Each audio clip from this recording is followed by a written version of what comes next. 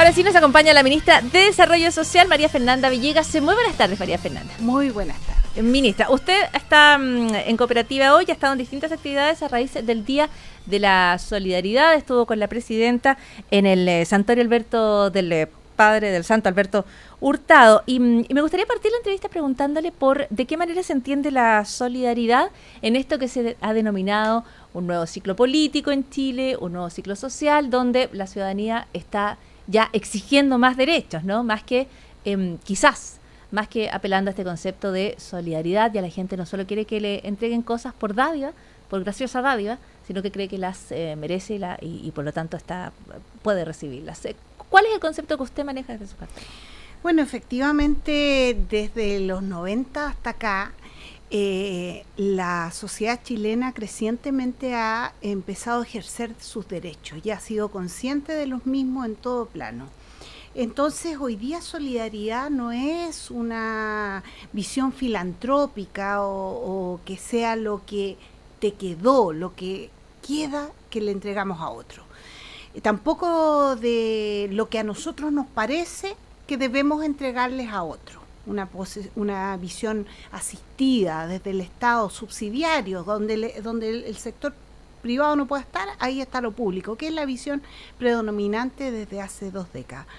Hoy día tenemos una sociedad empoderada de sus derechos, pero también ha habido un programa de gobierno que ha señalado que ya tenemos que avanzar en un enfoque de derecho donde el desafío de la política social sea justamente la sociedad en su conjunto y donde entonces, como señalábamos hoy día, la solidaridad sea el elemento basal de esta sociedad que estamos construyendo. Hoy día decían algo muy importante en la mañana: solidaridad es signo de inclusión.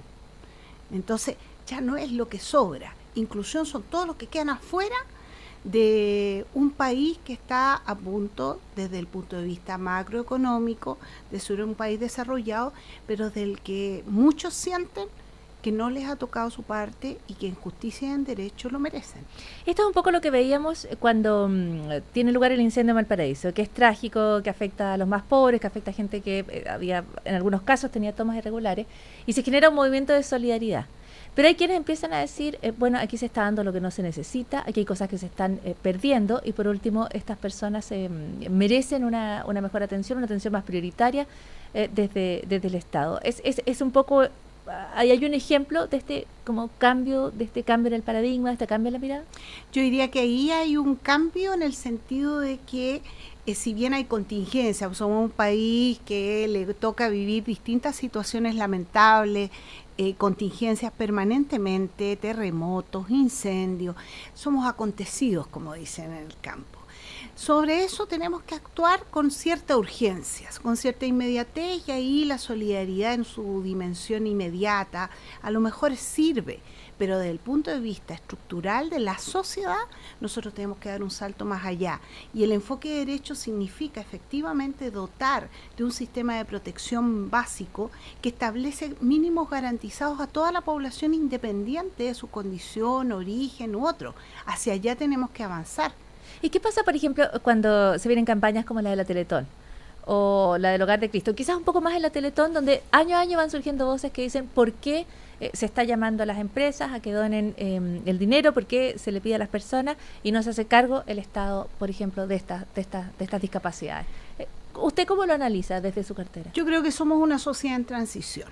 Una sociedad en transición donde efectivamente se requieren ir levantando la mirada hacia esos otros requerimientos. Yo estuve hace poco con gente de la Teletón y ellos también están buscando una mirada también distinta. Nosotros estábamos lanzando ahí una iniciativa relativa a innovación social, también ellos dándole la vuelta de tuerca. Me decía el propio don Francisco, es tan difícil cambiar, me decía, me lo señalaba en esa actividad. Y yo creo que en este proceso el Estado también está en un tránsito de una hiperfocalización de sus políticas, donde quería llegar específicamente a aquel que le faltaba, extrema pobreza. A fines de los 80 empezó este proceso. Hoy día hablamos de universalización de derechos. y hemos hecho un cambio. Si tú ves, nosotros hemos iniciado un proceso primero interesante, importante de reducción de pobreza y extrema pobreza. Todos los indicadores nacionales, internacionales, independientes con la vara que nos midamos, nos dice que hemos sido exitosos. Pero eso ha sido a costa de, por un lado, un incremento del gasto fiscal.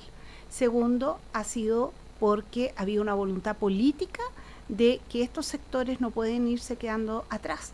Sin embargo, los niveles de desigualdad que exhibe este país hacen que eso no sea suficiente. Entonces es razonable, lógico, que la ciudadanía diga, no, aquí nos falta algo más, ya no basta focalizar programas por exitosos que sean. Es muy interesante lo que usted plantea, porque en la discusión política actual, cuando se mira el modelo chileno, y hay algunos que dicen este modelo solo perpetuó las políticas neoliberales de Pinochet, que además eran extremas en el contexto mundial, no eran las políticas que Margaret Thatcher no podía aplicar porque lo de ella era una democracia, para poner el ejemplo extremo. Cuando se habla de ese modelo que hay que cambiar, quienes lo defienden dicen, ojo, porque este modelo disminuyó la pobreza. Y ese parece ser, a esta altura, el gran logro de Chile, es reducir la pobreza, mientras del gran pecado de Chile parece haber mantenido la desigualdad. ¿Cómo usted cree que se puede seguir trabajando en esa línea de disminuir la pobreza y disminuir al mismo tiempo la desigualdad? ¿Es posible mantener políticas focalizadas hacia quienes más lo necesitan para sacarlos de la extrema pobreza y al mismo tiempo garantizar derecho a la clase media? ¿Dar los recursos, como se están preguntando muchos hoy a raíz de la reforma tributaria y la reforma educativa? Bueno, si nosotros consideramos la focalización como un instrumento de gestión pública estrictamente y que donde vamos a llegar con ciertos recursos específicos a poblaciones específicas, eso no es negativo. Cuando hacemos de esto la ideología de la exclusión que tenemos respecto de las políticas sociales, claro que es un problema. El enfoque de derechos avanza en otra ruta, y a esa ruta creo que es posible hoy día avanzar mucho más de lo que hemos hecho. Aquí ha habido un cambio de paradigma importante. Nosotros partimos el sistema de protección social con el Chile Solidario, que era muy focalizado y que hablábamos del 5% más en extrema pobreza de nuestra familia. Después nosotros dimos un salto muy importante. El sistema de Chile Crece Contigo, el subsistema, es un sistema que partió trabajando también muy focalizadamente y hoy día está atendiendo a más del 60% de los niños. Y lo mismo en educación, lo mismo en el sistema de salud, que partió muy pequeñamente y que hoy día tenemos muchas más prestaciones garantizadas al grueso de la población, y vamos con educación, que es lo más ambicioso que hayamos hecho. Entonces, ¿usted está refiriendo a la reforma educativa? La reforma de educación ya fue la reforma previsional, que partió gradualmente, ampliándose también y nivelando y poniendo este colchón básico de prestaciones mínimas garantizadas del Estado. Entonces, estamos haciendo el tránsito, pero hoy día nos falta meternos las manos a los bolsillos, porque la sociedad es inclusiva y un enfoque de igualdad de derechos requiere también que haya un sistema tributario menos regresivo que el que nosotros tenemos y que es el que plantea la reforma tributaria. Ministra, ya que usted está tomando temas más amplios, porque es interesante una mirada de quien está observando precisamente a los que son más pobres y dando también esta mirada más general. El sistema educativo que tenemos, así como el diseño de la ciudad, porque van los dos muy en correlación, nos habla de una sociedad en guetos, ¿no? Muy separada. Y se conocen los resultados de la encuesta CEP y resulta que, más allá de la polémica de las preguntas, resulta que hay un porcentaje importante de gente que de alguna manera expresa que así quiere que sea, que quiere que sus hijos vayan a colegios que sean parejos y que tengan su mismo nivel socioeconómico. En el caso de la pobreza, eso significa niños con familias de menos ingresos, estudiando con familias de menos ingresos. ¿De qué manera usted cree que esa realidad podría cambiar, de que esa realidad afecta hoy la capacidad de aprendizaje de los niños, y de qué manera usted cree que se podría revertir? Bueno, evidentemente que la segregación produce efectos negativos en nuestra sociedad, porque no vemos la realidad en su conjunto. Hay un fenómeno en educación que se estudia, que es el fenómeno par, que el que le cuesta más, que el que está más debilitado, es tironeado por el que va más arriba. Y ese fenómeno nosotros no lo podemos experimentar en nuestra exclusión, que como tú bien dices es territorial, ¿verdad? Está en las ciudades están segregadas, los colegios están segregados, vivimos una sociedad extremadamente segregada y tenemos miedo a lo distinto. Nos parece muy bien todas las reformas mientras no nos toquen directamente. Y yo creo que aquí hay que hacer una acción pedagógica con la gente de preguntarnos a qué le tenemos tanto temor. Yo estudié en una escuela de educación básica y tenía compañeros que eran pública, una parte de mi educación. Y tenía compañeros que eran de profesores normalistas, hijos de arquitectos connotados, profesores universitarios y choferes. Y yo creo que esa experiencia de vida a mí me hizo mejor persona. Yo quisiera también que otros pudieran experimentar eso. Entonces, cuando me hablan a mí de que vamos a mantener esa segregación, lo que estamos diciendo es que estamos construyendo un país con un A y un B, y donde efectivamente queremos condenar una buena parte de esa ciudadanía a vivir como siempre ha vivido, a reproducir la pobreza y la vulnerabilidad, porque hoy día no hablamos solo de vulnerabilidad, de pobreza, hablamos de vulnerabilidades. Fíjese que cuando hablamos de este modelo de educación, lo que estamos diciendo es que los padres compramos educación y con eso creemos que estamos comprando el futuro de nuestros hijos, porque a todos nos preocupa y queremos el mejor futuro. Claro, pero ¿será así que estamos realmente haciendo eso? Quizás haya dos consideraciones. Quizás quienes se compran también lo leen como estamos pagando y tengo el orgullo de poder pagar una mejor educación para mis hijos, de aportar yo en eso, y estamos pensando que en el efecto par nosotros no vamos a ser aquel que es impulsado por otro, sino que nosotros vamos a ser los que vamos a ser arrastrados por quienes no están en nuestra misma situación, no están en una situación más de mejorar. ¿Será que eso está operando en la sociedad chilena? Yo creo que estamos llenos de mitos, llenos de falta de comunicación, falta de información respecto también de lo que pasa en el proceso pedagógico en aula, ¿no? Los mitos parten suponiendo que porque yo pago, estoy pagando una buena educación. Yo separaría las dos cosas. No necesariamente estamos pagando una buena educación porque paguemos. Y a nosotros lo que nos interesa es la calidad.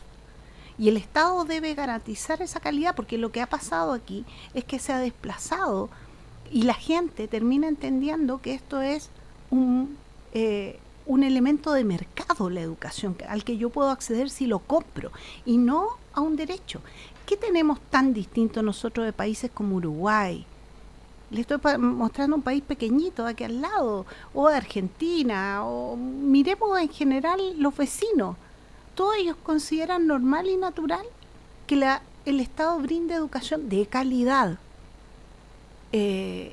Los países de la OECD, de los que hoy día formamos parte, también lo piensan. Entonces, ¿qué nos hace tan distinto que suponemos que la calidad está asociada a que paguemos? Solo que no hemos mentalizado que es un bien de consumo. Y ese es un problema cuando empezamos a entender que los derechos de las personas, especialmente en materia de salud o educación, son bienes de consumo. Lo que nosotros decimos es que estos deben ser derechos de las personas y el Estado debe garantizar un umbral mínimo de calidad, de tal manera que lo que pase con nuestros niños, especialmente de 0 a 8 años, que es determinante para el resto de la vida, sea efectivamente un proceso progresivo de la sociedad y del modelo de desarrollo que queremos vivir. Si nosotros decimos que queremos una sociedad inclusiva, tenemos que producir el efecto de inclusión desde el aula, desde ser diferentes en el aula. Y cuando digo inclusión, hablo de niños con apellidos indígenas, personas con situación de discapacidad, que se encuentren, personas viviendo de barrios distintos que se encuentren en un aula. Eso va a hacer que después nos podamos también encontrar en la calle. Y eso hoy día no ocurre. Ahí está la voz de la ministra de Desarrollo Social, María Fernanda Villegas. La van a llamar de vocera para la reforma, ministra, para la entrevista. Le agradezco muchísimo la conversación con Radio Cooperativa en el Día de la Solidaridad, recordando el rol que tiene la solidaridad en una sociedad de derechos, en una sociedad que reclama sus derechos como la chilena. Muchas gracias. Muchas gracias a usted. Buenas tardes.